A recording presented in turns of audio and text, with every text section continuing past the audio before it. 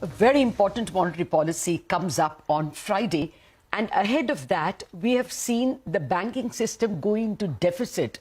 After many months, actually years, the banking system is going to borrow from the Reserve Bank. In this context, the monetary policy and its withdrawal of accommodation stance assumes significance. I have with me someone who has seen so many cycles of liquidity and monetary policy hikes and cuts. I have with me Shanti Ekambaram, the Group President and Whole-Time Director Designate at Kotak Mahindra Bank. Shanti, good morning and thank you very much indeed for joining us. This deficit that we are seeing in the banking system, what's the impact? Are you seeing bulk deposit rates go up or even deposit rates go up? Hi, Lata.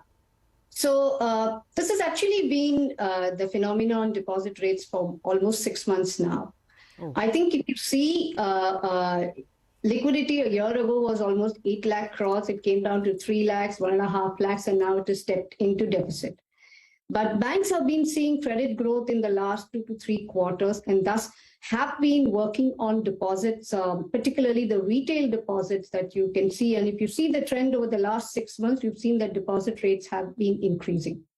And I think the focus on deposits is even sharper now across retail, wholesale, and you have seen the markets. You know, banks have also been raising money from the CD market. So given the strong credit growth banks have continued, but also increased their focus on the deposits. Okay. So how much has the cost of funds gone up for you or for the banking system? In fact, if you can give for both over, say, the last 6 months, as you allude to. See, it's like this. The base of CASA and term deposits of banks, including Kotak, is pretty large.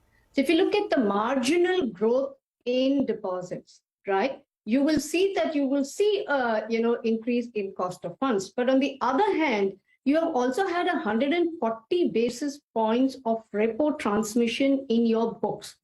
Yeah. So from a margin perspective, both are moving. You are seeing the deposit rates moving. You're seeing the loan book rates moving, and I'm not even on incremental placement pricing, which is very different. It is just the stock that you are seeing. Yes. So banks are still on a lot of stock. But as you go forward from here, as the deposit rates have been increasing, you will see increase in cost of funds, but it will take its time. Okay. Last time you stunned the market with a very high net interest margin, 4.92. I'm sure it's a decadal high. Maybe it can be higher than that, higher than even going past 10 years. Do you think that can come under a bit of pressure because of this deficit in the banking system? So I'm repeating what I told you just now, as well as last time, to say both deposit and lending rates are moving in tandem. So it can, okay. So it can remain flat. It can remain flat. You are saying margins can be held at these levels. It can remain flat. See, ultimately, like I said, both are moving targets. 70% of our book, Lata, is floating rate, as between EBLL and MCLR. 31% is fixed. So you are having a movement on both sides. Yes, these were record level of margins. And we have to wait and see. The quarter end is just upon us to see how that moves. Okay. Now, there were banks and bankers telling us, not always on the record, that the new loans are not being priced in the way in which the old loans have to be priced. The old loans, because they are linked to external benchmarks, had to move along with the repo or the 91-day T-bill, depending on what your benchmark is. But new loans were being offered at a lower rate because big corporates are going bank shopping. Would that be true, that new loans are not getting as high a rate as the existing loans are? So two things. Bulk of the EBLR loans are to the retail and the commercial segment. Okay. The incremental pricing in the retail and the commercial segment in terms of placement prices has also been going up with the rates. The wholesale segment, which was very large in the CD market and in the CP market, still is raising some money there, but has moved to the banking system.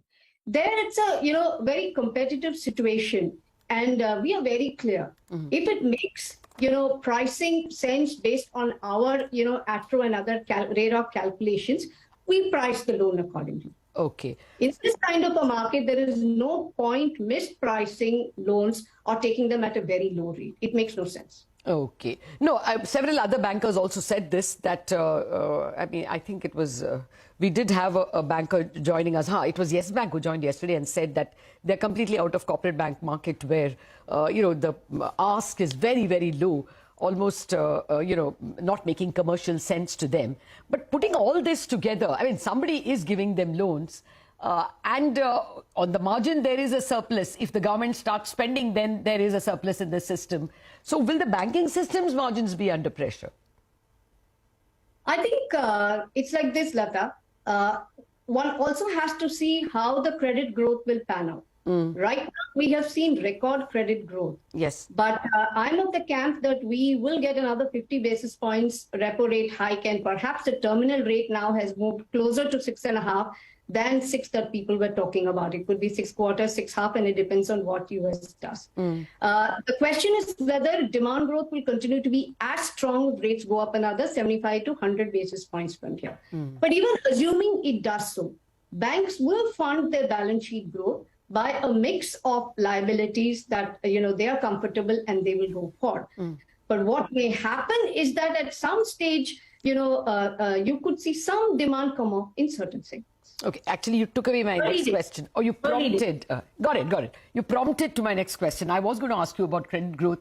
We got a stunning number from the Reserve Bank for the weekend at September 16, if I'm not mistaken. Are things, are we likely to see 20% growth for Kotak itself? And even for the banking sector, is 16% or is it likely to be much higher?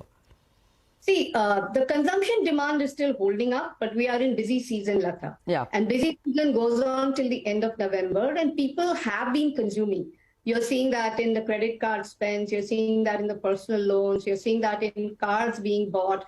So the consumption story is still holding up. We've had a good monsoon. So even some amount of rural demand, which was, a little subdued maybe, is coming back. We are beginning to see the beginnings of capex in the wholesale segment and the middle-sized companies, etc. So as we talk, you're seeing credit demand still being strong.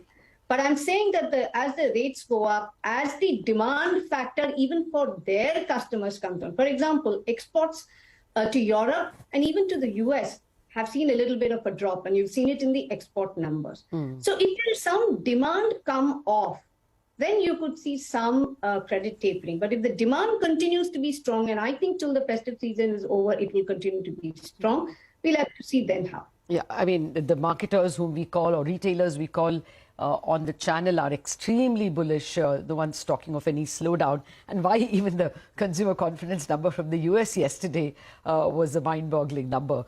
Home sales 28% higher. Shanti, therefore, in the monetary policy, are you expecting them to say something about providing liquidity? There is a fear among bond market guys, and this theme well, that if we keep making mark-to-market losses, which looks likely now, and if there is deficit liquidity, you're actually borrowing to buy government bonds. So do you think RBI will make some noises in terms of assuring liquidity? Anything you're expecting on liquidity from RBI? So let's just, start tracing from the last policy. The last policy, RBI raised rates, but for the first time said that inflation is important, but it did not throw out growth completely. If you saw the Fed was very clear that it is inflation, and they were willing to take a recession if need be if the rates are higher. I think the way I see it is RBI will move to a neutral stance on the policy. They will sort of talk about inflation because inflation will also come in from currency. Remember, for the first time, currency move to 81.5 and thereabouts, right? So they will focus on inflation, but I think they will also make some talk about providing system liquidity to make sure some amount of growth. I think it will be a neutral stance from an accommodative stance. It will be a 50 basis point rate hike. I think inflation measure will even be stronger on the top because, from a currency perspective, you could be importing some inflation. Yes. They may talk about providing some liquidity too. Oh, they may. The poll that we did, just about every bond dealer was, wanting. I don't know how much to expect from RBI because they are still in withdrawal of accommodation mode. Shanti, There's always hope, Lata. yes, one can. Why not? One of the only perhaps red flags in the Kotak results in Q1, it was otherwise a brilliant performance, but the treasury loss stood out, and that is inevitable when interest rates go up. Can that continue in this quarter as well? I think we explained this in our the analyst meet at the end of the last quarter, that it was because of our percentage of, the helper trading in the AFS book. And a lot of that has already, been priced in as far as the losses are concerned. Okay. But considering that this bond inclusion hasn't come, that remains a negative for the banking sector? I think more than the bond inclusion, it is a liquidity factor that is, in the negative sector, and the uncertainty on the currency and the volatility. See, inclusion of bond index took the 10-year benchmark to, 7.14, 7.15, and is back at around 730, 735. But I think two things that are impacting it is liquidity, and the second is the currency volatility and the uncertainty about what could come on the liquidity side from the policy and the measures that will be in the policy. Okay. But for now, I think that we are headed harder and we are headed higher because of global impact that we are seeing and not necessarily because of local factors. Okay, just one final question. You could report a huge 28% and 21% credit growth in the last two quarters because you were working off a very low base. The year ago was those horrible Delta quarters. Now you may perhaps start announcing more normalized credit growth. What would it be? Mid-teens like the industry itself? Yeah, I think we'd be perhaps slightly better than the industry, okay. As we see even at this stage. Mm-hmm. But we'll have to see how and what the policy holds and how liquidity and rates pan out as we go into the last quarter of the year. Okay, we'll leave it at that. It's always a pleasure having you with us. Thank you, Shanti Ekambaram, both for your perspective on the macros, the banking sector, and on Kotak Bank. Pleasure speaking with you.